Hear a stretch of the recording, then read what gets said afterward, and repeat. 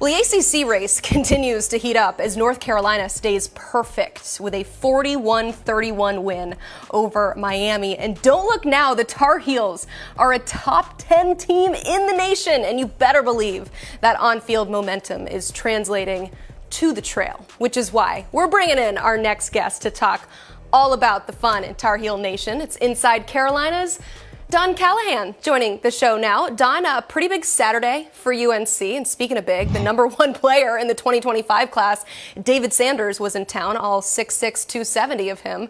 And everyone is rightly going after the offensive tackle out of Charlotte. But what's the pitch, as you understand it, from Mack Brown and his staff? Well, if you look at the other schools that are involved here, Alabama, Georgia, Ohio State, Michigan, I mean, these are all schools that are playing for the playoff or playing the playoff every year. North Carolina obviously isn't in that tier yet. So what Mack Brown has to do is pitch the idea of what North Carolina can be. And going undefeated, beating Miami in front of David Sanders is a step in that direction. Not only that, Mack Brown is preaching the fact that he's going to do it with in-state players. And it makes it really easy when your best player, the face of your program, is Drake May, a fellow Charlotte product, just like David Sanders.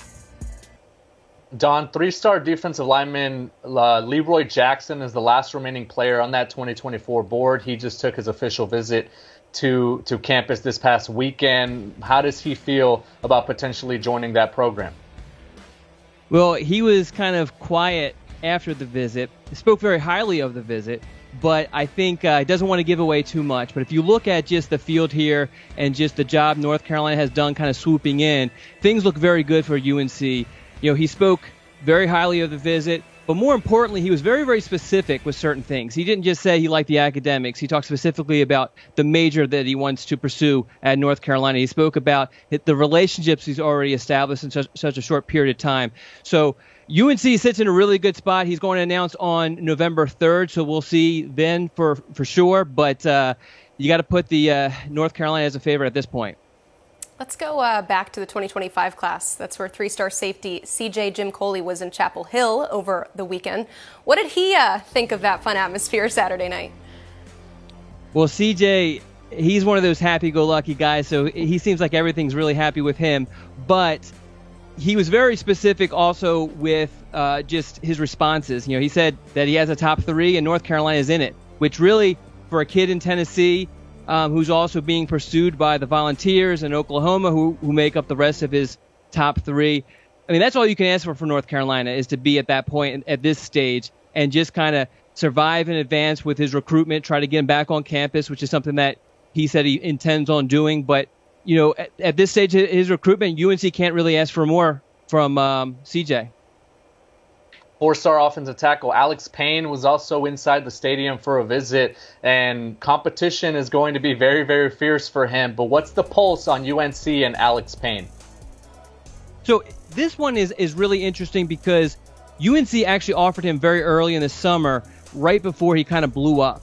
So he spoke very highly of that experience back in June, and so it was really good to see him come back so that he didn't forget about North Carolina. And then also seeing the game day atmosphere, I think, and seeing that specific game day atmosphere with what the fans look like was a great experience. He spoke very highly of that. He's a guy who's still kind of putting his recruitment in order, but you got to think North Carolina is definitely going to be in the mix until the very end with him also.